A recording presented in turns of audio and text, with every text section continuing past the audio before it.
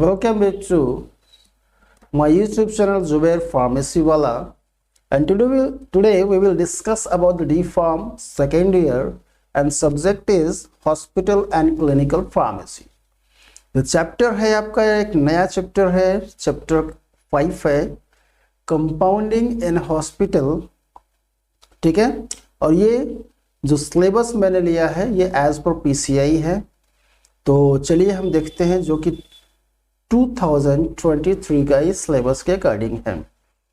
तो compounding in hospital, इसके हम इंट्रोडक्शन, कंपाउंडिंग का मतलब क्या होता है, किसी चीज़ को कंपाउंड यानी एक एक चीज़ को हम किसी एक अलग तरीके से मिक्सअप करके कोई नया चीज़ निर्माण कर दें तो हम उसे बोलते हैं कंपाउंडिंग।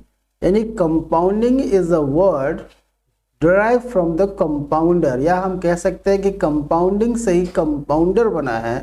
तो earlier the people knows the pharmacist as the compounder. तो पहले, अब आज के डेट में जो पढ़े लिखे लोग हैं वो फार्मासिस्ट बोलते हैं, लेकिन पहले इसी फार्मासिस्ट को कंपाउंडर कहा जाता था। और जो है इसको अगर हम कहें तो असिस्टेंट भी हम कहते हैं डॉक्टरों का। डॉक्टर का असिस्टेंट है जो असिस्ट करता है, डॉक्टर की हेल्प करता है, ठीक है। तो चलिए हम इसमें देखते हैं कि कंपाउंडिंग क्या है। Compounding of a drug is a process which is use by pharmacist. यानी कंपाउंडिंग ऐसा प्रोसेस है ड्रग का।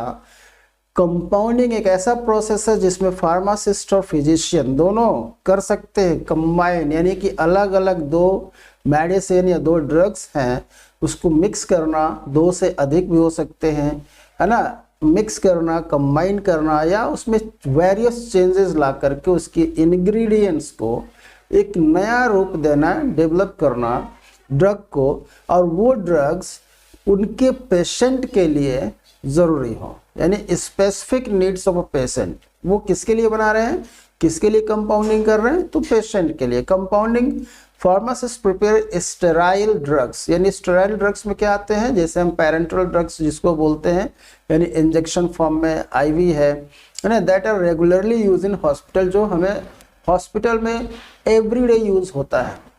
तो वैसी चीज़ों को, वैसे ड्रग्स को हम कंपाउंड कर लेते हैं हॉस्पिटल में, और इसी चीज़ को कंपाउंडिंग इन हॉस्पिटल कहा जाता है। जैसे एग्जांपल आप ले सकते हैं eye drop injection and IV bags. IV bags या IV मिक्सचर जब हम पढ़ेंगे तो IV बैग्स के बारे में पढ़ेंगे। ये बिल्कुल जैसे D5 होता है, DNS होता है, RL होता है, जो आपने IV फ्लूइड देखा होगा, है ना, तो वो जो बोतल चढ़ाते हैं, जो हॉस्पिटल में जो मरीजों को बोतल चढ़ाया जाता है उसी के आकार का, लेकिन वो बोतल में होता है, ये बैग्स में होता है, ठीक है। जैसे बैग्स का मतलब ये हो कि कभी आपने ब्लड ट्रांसफ्यूजन देखा हो, कभी ब्लड बैंक गए होंगे, तो जिस ब्लड को जिस पैकेट में रखा जाता है उसी तरीके का वो बैग्स होता है, उसी को हम बोलते हैं IV बैग्स, ओके। तो उसमें भी हम अपने प्रिपेयर कर सकते हैं कोई ड्रग्स को जो हमें हॉस्पिटल में ज़रूरी है और टाइम से नहीं मिल पाता है, तो वो हॉस्पिटल में प्रिपेयर किया जा सकता है। तो आई होप कि ये आपको समझ में आ गया होगा। उसके बाद आता है बल्क कंपाउंडिंग। अच्छा, एक चीज़ और है, जैसे आपने कभी अभी हम इसका छोटा सा एग्जांपल देता हूँ।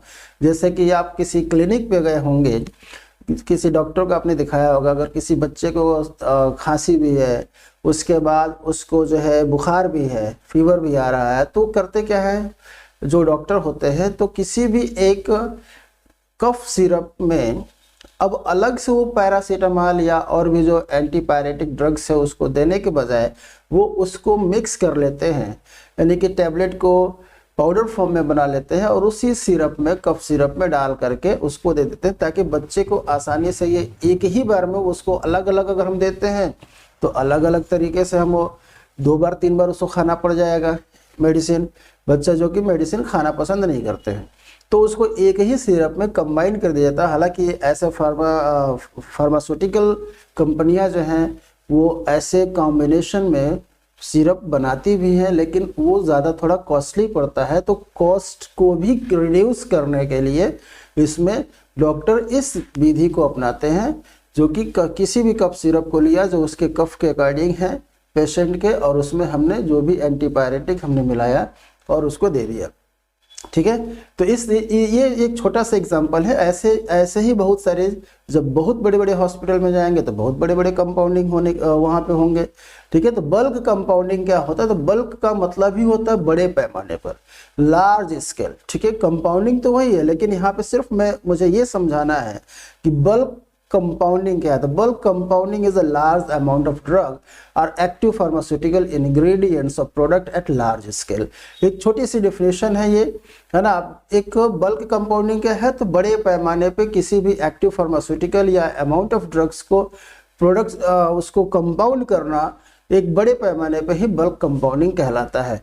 अब अच्छा, एक चीज़ और आप ध्यान दीजिए कि जब बल्क कंपाउंडिंग करते हैं या हम हॉस्पिटल में कंपाउंडिंग करते हैं तो उसमें क्या किन किन चीज़ों को हमें ध्यान में रखना है ना, उस चीज़ को यहाँ पे पॉइंट आउट किया गया है। और ये क्वेश्चन ऐसे आ सकता है ना, कि what is compounding in hospital या the process of the compounding in the hospital and what is the इसमें कि क्या क्या हमें कौन कौन से पॉइंट है जिसको हमें ऑब्जर्व करना होता है या उसको देख रेख में उसे करना होता है। तो वही सबसे पहला जो पॉइंट आता है कंट्रोल सिस्टम, और दूसरा हमने पॉइंट बनाया है बजटरी सिस्टम। ठीक है।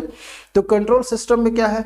तो कंट्रोल सिस्टम में अब आप जान सकते हैं कि manufacturing and quality control process, यानी मैन्युफैक्चरिंग अगर हम करते हैं तो मैन्युफैक्चरिंग भी तो किसके अकॉर्डिंग होना चाहिए, ये हम देखते हैं कि hospital pharmacist develop a product to meet the pharmaceutical standard. यानी कि क्या करता है हॉस्पिटल फार्मासिस्ट? ऐसे ही प्रोडक्ट को कंपाउंड करता है या मैन्युफैक्चर करता है हॉस्पिटल में जो पेशेंट को जरूरी है। Adequate manufacturing control lead to products with precise identity, है ना। और उसके बाद उसको प्रॉपर तरीके से उसको कंट्रोल करने के लिए कुछ सिस्टम बनाया गया है, जो आप देख सकते हैं यहाँ पे कि quality control in pharmacy department is one of the following categories. पहले आपका क्या होता है कि quality control of raw materials. आपने जो रॉ मटेरियल्स लिया जिससे हमें ड्रग्स मेडिसिन बनाने हैं ड्रग्स से, तो वो रॉ मटेरियल की क्वालिटी अच्छी होनी चाहिए, इस पे विशेष ध्यान देना होता है। क्वालिटी कंट्रोल ऑफ इंस्ट्रूमेंट, जो हम इंस्ट्रूमेंट यूज कर रहे हैं उसको, जैसे स्पैचुला है या बिकर है या जो भी चीज़ें हैं, जो भी हम पैकेजिंग का मटेरियल है वो हम इस्तेमाल कर रहे हैं, तो वो भी हमारा स्टैंडर्ड क्वालिटी का होना ज़रूरी है ना। जैसे स्टैंडर्ड मापन होना चाहिए, उसका स्टैंडर्ड मेजरमेंट होगा, मेजरमेंट में थोड़ी भी गड़बड़ी होगी तो फिर वो मेडिसिन क्या होगा, वो एरर आ जाएंगे। ठीक है, ये आपने पढ़ा होगा। तो quality control of area to ensure specific pharmaceutical environment. अब जिस एरिया में हम बना रहे हैं, कंपाउंडिंग कर रहे हैं, वो एरिया भी हमारे फार्मास्यूटिकल एनवायरनमेंट का ही होना चाहिए। ठीक है। अब उसके बाद आता है quality control of finish product. अब उसके बाद जो हमने बना लिया तो उसको रखने का वेयर हाउस बोलते हैं या गोडाउन बोलते हैं, वहाँ पे हमें रखने के, तो वो भी हमारे पर प्रॉपर तरीके से स्टोरेज होना चाहिए। ठीक है। तो ये सब चीज़ें हमें कंट्रोल सिस्टम में आता है, और कंट्रोल में ये हेडिंग है manufacturing and quality control process, है ना। तो इस चीज़ को आपको अपने एग्जाम्स में लिखने हैं। ठीक है। अब उसके बाद और भी देख लीजिए कि बजटरी कंट्रोल, मैंने बताया कि बजटरी यानी कैसे बनेगा। ये ऐसा तो नहीं कि हमने ऐसे किस मेडिसिन का कंपाउंडिंग कर दिया हॉस्पिटल में जिससे कभी उसको हमें यूज़ ही नहीं करना हो। तो ऐसे हम मेडिसिन को अगर हम बनाते हैं तो हमारा बजट भी खराब होगा, या आवश्यकता से ज़्यादा अगर हमने बना दिया तो वो भी खराब हो सकते हैं। तो an adequate budgetary control over the manufacturing program can develop if the hospital pharmacist give a lengthy consideration to his or her inventory consumption rate of the finished product, raw material require manufacturing capacity, available personnel and operating cost। तो इसमें हमें budget को कहाँ से हमें कम कर रहा है कि कम बजट में अगर हम बनाते हैं तो पेशेंट को बजट उसका बिगड़ेगा नहीं, या पेशेंट को सस्ते दाम पे मिल सकता है। ठीक है। तो ये हमें मेन जो हमारा जो हॉस्पिटल कंपाउंडिंग करने का जो मेन एम है वो यही है कि पेशेंट को सस्ता से सस्ता इलाज हम कर पाए। ठीक है। आपने पढ़ा हुआ फार्मेको इकोनॉमिक्स, ये आपके फार्मेको इकोनॉमिक्स में ये पढ़ाया जाता है कि हम पेशेंट को उसके इलनेस के अकॉर्डिंग अगर हम जो दवा चूज करते हैं तो ये नहीं कि बहुत हाईएस्ट प्राइस वाली दवा को हम इस्तेमाल करें और पेशेंट को लूट ले, ऐसा नहीं होना चाहिए। पेशेंट को हमेशा ये रिक्वायरमेंट उसको होती है कि सस्ती और अच्छी, यानी सस्ता और अच्छा इलाज हो, वही बेहतर उसके लिए होता है। तो आप बजटरी में, तो बजट जब आप कम करेंगे तभी आपका सस्ता पड़ेगा। तो उसमें जो ट्रेन पर्सनल है, यानी पर्सनल का मतलब जो व्यक्ति है वहाँ पे, जो ऑपरेटिंग कास्ट उस पर पड़ रही है, या रॉ मटेरियल जो रिक्वायरमेंट है, या मैन्युफैक्चरिंग कैपेसिटी है, इन सब पे हम ध्यान देंगे तो बजट कंट्रोल में हो सकता है। तो उसी को कहा गया बजटरी कंट्रोल, है ना। उसके बाद इसके रिक्वायरमेंट क्या हो सकते हैं, तो रिक्वायरमेंट पे आप, जैसे अभी आपने कंट्रोल पढ़ा, उससे पहले इंट्रोडक्शन पढ़ा, फिर अब हम पढ़ेंगे रिक्वायरमेंट। तो मैन्युफैक्चरिंग रिक्वायरमेंट, जब हम किसी चीज़, किसी मेडिसिन को जब हम मैन्युफैक्चरिंग करने की सोचते हैं तो सबसे पहले क्या हम देखते हैं कि पहले हम प्रीवियस रिकॉर्ड देखें हॉस्पिटल में कि किन किन मेडिसिन का यूज़ ज़्यादा हुआ है और कितना हुआ है। तो इन्वेंट्री से हम कैलकुलेट करेंगे earlier record and comparing the obtain value with the present requirement, और अभी जो रिक्वायरमेंट है कितनी है उसके अकॉर्डिंग हम उसको मैन्युफैक्चर करते हैं। उसके बाद रॉ मटेरियल रिक्वायरमेंट, तो container, labels and ancillary materials, ठीक है। तो कंटेनर भी होना चाहिए, लेबल भी अच्छे से होना चाहिए, और एंसिलरी यानी ऑक्सिलरी मटेरियल्स, उसके जो एक्सपीशियंट है वो आपके होने चाहिए, लाइक फिल्टर पेपर है, फिल्टर पैड है, बॉक्सेस है एंड स्पेशल लेबल्स है। The quantity of a particular raw material or packaging material is estimated by the different formula and record on a summary sheet। और इन सभी चीज़ों को हमें पहले शीट, एक पेज पे लिख करके कि हमें किन किन चीज़ों की आवश्यकता है रॉ मटेरियल्स रिक्वायरमेंट पे, और उसके अलावा उसके कंटेनर, उसकी पैकेजिंग में ये सभी चीज़ों का रिक्वायरमेंट होता है। तो इसको भी आपको मेंशन करना है। मैन्युफैक्चरिंग कैपेसिटी में due to modern technology, automatic, semi automatic and manual equipment are available that meet every products needs.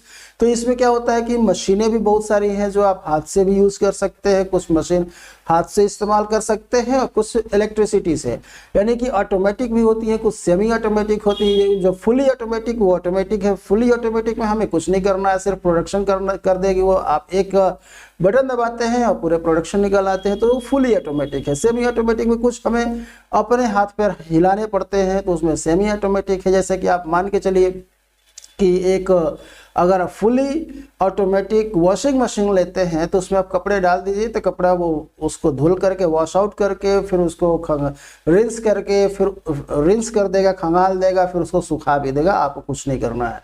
लेकिन अगर सेमी ऑटोमेटिक लेते हैं तो आप एक बॉक्स में कपड़े को डालेंगे, फिर वो धुल जाएगा, फिर उसको निकालेंगे हाथ से, फिर दूसरे बॉक्स में डालते हैं तो वो उसको खंगालता है। इसी तरीके से सेमी ऑटोमेटिक मशीन इसे बोलते हैं।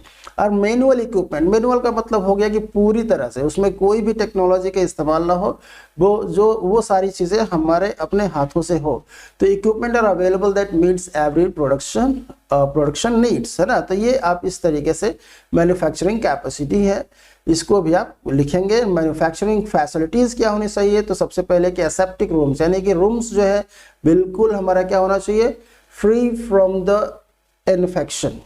सबसे पहला जो पॉइंट है, बेस्ट कंस्ट्रक्शन मटेरियल डिज़ाइन, यानी ये नहीं कि आप किसी झोपड़ी में या करकट डाल करके आप उसमें प्रोडक्शन कर रहे हैं, तो ऐसा करना गलत है। इस तरीके से मेडिसिन का मैन्युफैक्चरिंग नहीं होता है जो हॉस्पिटल में, या ऐसे हम उसको पूरी पक्का मकान होना चाहिए, कंस्ट्रक्शन अच्छे डिज़ाइन से होना चाहिए, सीलिंग होनी चाहिए, छत होना चाहिए, वॉल्स एंड फ्लोर्स भी बिल्कुल बढ़िया से होना चाहिए, इजी टू क्लीन, जो हमेशा जो आसानी से उसको साफ़ किया जा सके। ये नहीं कि मिट्टी का है तो आप उसको है ना, लीपने पोतने वाला नहीं होना चाहिए, वो आपको बिल्कुल पक्का पुट्टी और प्लास्टर होना चाहिए, है ना, जो आसानी से वो इजीली क्या हो जाए, क्लीन करना चाहे तो हो जाए। Non porous material to prevent dust, और ऐसा उसके बाद कुछ हमें विंडो पे या जो भी हमारे जो खुले स्थान है वहाँ पे नॉन पोरस मटेरियल, यानी कि क्या करेगा, वहाँ पे कुछ ऐसा बैरिकेड लगाने हैं जो बाहर से डस्ट वगैरह हमारे रूम के अंदर ना आए, जहाँ पे कंपाउंडिंग हो रही हो, prevent dust and moisture accumulation, या मॉइस्चर कंटेन ना करे, ठीक है। तो ये आपका जो है कंपाउंडिंग इन हॉस्पिटल का एक छोटा सा कह सकते हैं इंट्रोडक्शन है, और ये आपके 3 या 5 नंबर के क्वेश्चन में आ सकते हैं। तो ठीक है, तो ये आप बिल्कुल जो है आप इसी तरीके से लिखिए। अगर आपको ज़रूरत है, if you have a requirement of any PDF format, questions और आंसर्स या सिलेबस, तो आप बिल्कुल हमें कमेंट करें।